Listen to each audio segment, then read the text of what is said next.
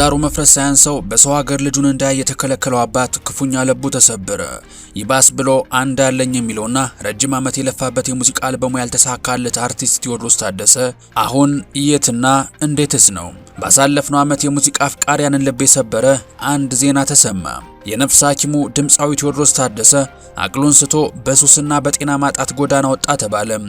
አልፎም በህይወት መኖር እስኪያጠራጥር በአስፈሪ ዝምታና በተጎሳቆለ ሰውነት እንደ በልግ ዝናብ አልፎ አልፎ ብቅ እያለ የአድናቂዎቹን አንጀት ሲያላውስ ስለነበረው ቴዎድሮስ ታደሰ ዛሬ ግን ለአድናቂዎቹ በስርዓት የሚሆንን ታላቅ ዜና ይዘን መተናል። ቴዎድሮስ ታደሰ በእርግጥም በህይወት አለ። ቃላትን በከንፈሩ ብቻ ሳይሆን በሙሉ ልቡና ነፍሱ የሚያወጣው ያ ማራኪና ጥልቅ የሆነ የድምጽ ቃና ባለቤት የሆነው ቴዎድሮስ ታደሰ በእርግጥም በደህና ተገኝቷል። ዛሬ በቪዲዮአችን ስለ ቴዎድሮስ ታደሰ ወቅታዊ ሁኔታና ስለ ቦሌው የአየር ማረፊያ አቀባበል እንዲሁም ስለሚናፈቀው የሙዚቃ ጉዞ በዝርዝር እያወጋናችሁ ተናፋቂውን የጥበብ ሰው ልንዘክረው ወደናል። እናንተ ብቻ እንደተለመደው ላይክና ሰብስክራይብ የሚሉ ነጭና ቀይ ቀለሞችን መታ እያደረጋችሁ አብራችሁኝ ጥቂት ዝለቁም። ዝምታ ያዝናናኛል፣ ጸጥታ ወዳለው የሚለው የነፍስ አቀንቃኙ ቴዲ ታደሰ ለመሆኑ ምን ብሎ ቢዘፍን ነው እንዲህ ከወጣት እስከ ሽማግሌ በሱ የሙዚቃ ስራዎች የሚወዘወዙት ከተባለ የቴዲ የሙዚቃ ስራዎች ዝም ብለው ለጊዜ ማሳለፊያ የሚሰሙ ተራ ዜማዎች አይደሉም። ይልቁንም የግጥሞቹ ብስለትና የዜማዎቹ ውበት የሰው ልጅ ውስጣዊ ስሜት በጥልቀት የመጎብኘት ልዩ አቅም አላቸው። የፍቅርን ውጣ ውረድ፣ የናፍቆትን እውነተኛ ህመምና የህይወትን ረቂቅ ፍልስፍናዎች በድምጹ ድልድይነት ለአድማጭ ያደርሳል። በተለይም እንደ ዝምታ፣ በመዋደዳችን፣ ጥፋተኛው ገላና ያከባብራሉ ያሉ ስራዎቹን ስናነሳ የኢትዮጵያን የሙዚቃ ታሪክ በወርቅ ቀለም የቀቡ መሆናቸውን በውል እንረዳለን። ያከባብራሉ በናፍቆቱ ወዳጅን ቢሰጡ እነዚህ ስራዎቹ ዘመን የማይሽራቸውና ትውልድ ተሻጋሪ የሆኑ የጥበብ ማህደሮች ናቸው። የቴዎድሮስ ታደሰ የሙዚቃ አቀራረብ እጅግ የሚደነቅ ነው። በተለይም የኢትዮጵያን ተወዳጅ የባቲና የትዝታ ቅኝቶች ከዘመናዊ ሙዚቃ ስልት ጋር በከፍተኛ ጥበብ በማዋሃድ የራሱ የሆነ ብቸኛ መታወቂያ የሆነ ቀለም መፍጠር ችሏል። ቴዎድሮስ በዜማዎች ውስጥ ያለው የድምጽ ቁጥጥርና ስሜትን የመግለጽ ብቃት ሙዚቃዎቹ በየጊዜው ሲሰሙ ሁሌም አዲስ ሆነው እንዲሰሙ ያደርጋቸዋል። ብዙዎች የቴዲን ዜማዎች እንዳንዳች ዕፅ ሱስ ያስይዛሉ ይሏቸዋል። ይህም የሆነው ሙዚቃዎቹ የጆሮ ብቻ ሳይሆኑ የልብ ሲሳይ በመሆናቸውና የነፍስ ረፍት ስለሚሰጡ ነው። አንድ ጊዜ የእሱን ዜማ ማዳመጥ የጀመረ ሰው በዜማዎቹ ውስጥ ካለው ጥልቅ ስሜት የተነሳ በቀላሉ መላቀቅ አይችልም ይባላል። በአጭሩ ቴዎድሮስ ታደሰ ድምጹን እንደ ብሩሽ ተጠቅሞ በሰው ልጅ ልቦና ላይ የማይደበዝዝ የጥበብ ስዕል የሚስል ድንቅ ከያኒ ነው። ብዙዎች የቴዎድሮስ ታደሰን ድምጽና ቃና የሙዚቃ ብቃት ከሌላው ግዙፍ የጥበብ ሰው ከኤፍሬም ታምሩ ጋር ሲያወዳድሩት ይስተዋላል። ይህም በሁለቱ ድምፃውያን መካከል ያለው የጥበብ ጥልቀትና በአድናቂዎቻቸው ዘንድ ያላቸውን ከፍታም ያሳያል። በተለይም የቴዲ ዝምታ የተሰኘው አልበሙ እስካሁን በኢትዮጵያ ሙዚቃ ታሪክ ውስጥ ከተሰሩ አልበሞች ሁሉ የምንጊዜ ምርጥ ተብሎ በብዙዎች ዘንድ በክብር ይጠቀሳል። ከተወዳጅ ስራዎቹ መካከል አንዱ የሆነው በጉድ ወጣና የተሰኘው ዜማው ደግሞ የቴዲን ድንቅ የግጥም አጠቃቀምና ስሜት ገላጭነት በሚገባ ያሳያል። ሽንጥሽማ ዙሪያው ቅፋይ ሞላ እያለ የሴት ልጅ ውበትና ጸባይ በተለየ ወዙ ሲያሞካሽ አድማጩን በምናብ ጭምር የማሳመን ልዩ ጥበብ አለው። ያንን ዜመኛ ድምጹን ከማራኪ ግጥሞቹ ጋር አዋህዶ ሲያቀርብ አድማጩን ወደ ሌላ ዓለም ይወስዳል። የሚገርመው ነገር የቴዎድሮስ ታደሰ አልበሞች እንደወጡ ወዲያው አልነበረም አድናቂ ያፈሩት። ይልቁንም ስራዎቹ ረቂቅና የሰከነ ድምጽ የሚጠይቁ በመሆናቸው ዝናቸውን አይቶ በየቤቱ መሰማት የጀመሩት ከዓመታት ቆይታ በኋላ ነበር። ይህ ሁኔታ የቴዲ ሙዚቃዎች ልክ እንደ ወይን እየቆዩ የሚጣፍጡና የጊዜ ፈተናን አልፈው የሰውን ልብ የማሸነፍ ልዩ ኃይል እንዳላቸው ማሳያ ነው። መጀመሪያ ላይ በዝግታ የተጀመረው አድናቆት ቆይቶ ግን መላውን ሀገር የሚያናውጥ ትልቅ ዝናን አጎናጽፎታል። ብዙዎች ዝምታ የተሰኘው አልበሙ የቴዎድሮስን የገዛ ህይወት እንደሚገልጽ ይናገራሉ። ለዚህም ቴዎድሮስ ታደሰ ራሱ የሰጠው ምላሽ የአርቲስቱን ግልጽነትና ጥልቅ ስብዕና የሚያሳይ ነው።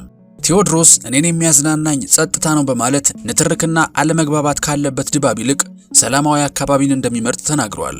ሆኖም የሱ ዝምታ ዝም ብሎ መቀመጥን ሳይሆን መናገር በሚያስፈልግ ጊዜ በግልጽ መናገር እንደሚያበረታታ ያስረዳል። የሚገርመው ነገር በዘፈኖች ውስጥ የምንሰማቸው ሐሳቦች መጀመሪያ ራሱ የሚነድፋቸው ሐሳቦች መሆኑ ነው። ሙዚቃ ስለ ሴትና ስለ ፍቅር ብቻ መሆን የለበትም የሚል እምነት ያለው ቴዲ የጥበብ አድማሱ ሰፋ እንዲልና በህይወት ዙሪያ ያሉ ልዩ ልዩ ፍልስፍናዎችን እንዲዳስሱ በማድረግ ረገድ ትልቅ ስራን ሰርቷል። ታዲያ የቴዎድሮስ ታደሰ የጥበብ መንገድ የጀመረው ገና በ17 ዓመቱ ነበር። በአንድ የሰርግ ድግስ ላይ ታላቁን ድምፃዊ ሙሉቀን መለሰን አዘፍነኝ ብሎ በመጠየቅ ማይክሮፎኑን ተቀበለ። በዚያ መድረክ ላይ ያሳየው ድንቅ ብቃት እጅግ አስገራሚ ከመሆኑ የተነሳ ታዳሚው ሁሉ ሸሚዙ እስኪወጠር ድረስ በገንዘብ እንደሸለመውና የሙዚቃ ህይወቱ በዚያ እንደተጀመረ ይናገራል።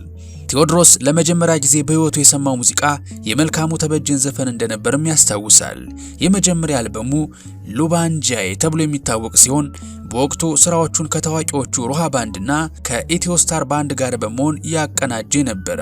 ያጠለቅሽው ቀሚስ የለበሽው ሸማ ከላይም ከታችም ከገላሽ ተስማማ እያለ የሚዘፍንባቸው ግጥሞቹ እጅግ ተወዳጅነትን አግኝተዋል። ቴዎድሮስ ታደሰ ከሀገር ወጥቶ ለ16 ዓመታት በስደት ቆይቶ በ1999 ዓ.ም ወደ እናት ሀገሩ ሲመለስ የኢትዮጵያ ሕዝብ ለአርቲስቱ ያለውን ጥልቅ ፍቅር ያሳየበት አጋጣሚ እጅግ አስገራሚ ነበር። ቦሌ አውሮፕላን ማረፊያ ድረስ በመሄድ ህዝቡ በገፍ ወጥቶ ያደረገለት አቀባበል በታሪክ የማይረሳና ቴዎድሮስ በአድናቂዎቹ ልብ ውስጥ ያለውን ትልቅ ስፍራ ያረጋገጠ አጋጣሚ ነበር። እናም ዛሬም ከባህር ማዶ የሚገኘው አርቲስቱ እግር ጥሎት የእናት ሀገሩን ምድር በእግሩ ቢረግጥ የአድናቂዎቹ በስስት የታጀበ ፍቅር ያንን የ1999ን አቀባበል ታሪክ ሊያደርገው እንደሚችል በእርግጠኝነት መናገር ይቻላል። ሌላው ስለ ቴዲ እጅግ አስገራሚው ነገር የቴዎድሮስ ታደሰ የጥበብ ስራዎች ዘመን ተሻጋሪ መሆናቸው ነው። ሙዚቃዎቹ ለአንድ ወቅት ብቻ ተሰርተው የሚያልፉ ሳይሆኑ የአሁኑንም ወጣት ትውልድ ልብ ማሸነፍ የቻሉ ናቸው። ዛሬም ድረስ አዲሱ ትውልድ የእሱ ቀንደኛ አድናቂ ሆኖ ይገኛል።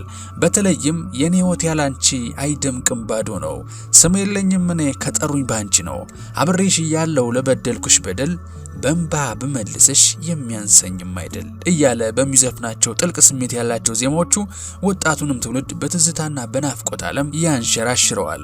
ቴዎድሮስ ታደሰ ለማዲንጎ አፈወርቅ፣ ለቴዲ አፍሮና ለሌሎችም በርካታ ድምፃውያን እንደ ትልቅ አርአያ የሚጠቀስ የጥበብ ሰው ነው። ይሁን እንጂ ወደ አሜሪካ ካመራ በኋላ ከሙዚቃው ዓለም ለረጅም ጊዜ መራቁ አድናቂዎችን ሲያሳስብ ቆይቷል። በቅርቡ ደግሞ ይህ መልከ መልካምና ድንቅ አርቲስት በሱስ ተጠምዶ ጎዳና ላይ እንደሚገኝ የሚገልጹ መረጃዎች መውጣታቸው ብዙዎችን አስደንግጦ ነበር።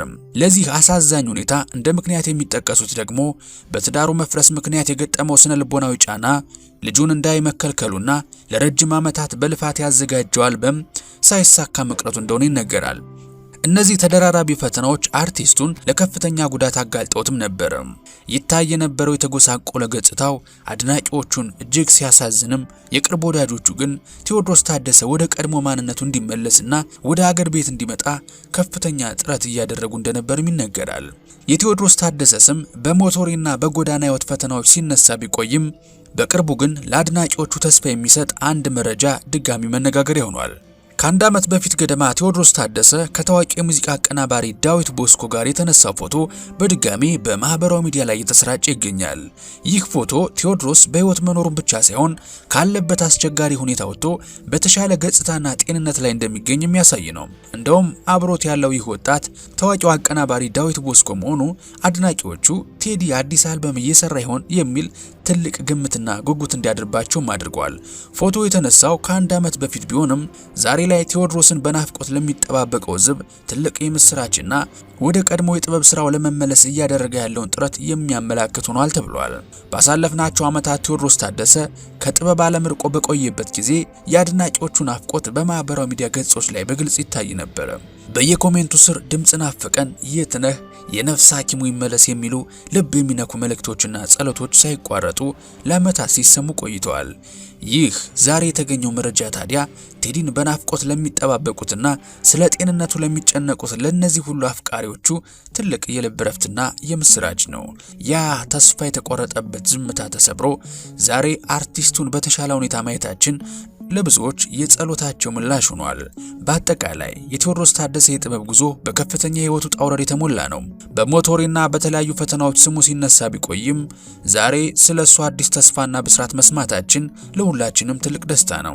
ቴዲ ለኢትዮጵያ ሙዚቃ ያበረከተው ያ የወርቅ ዘመን አሻራ ዛሬም በልባችን ውስጥ ሕያው ሆኖ ይኖራል።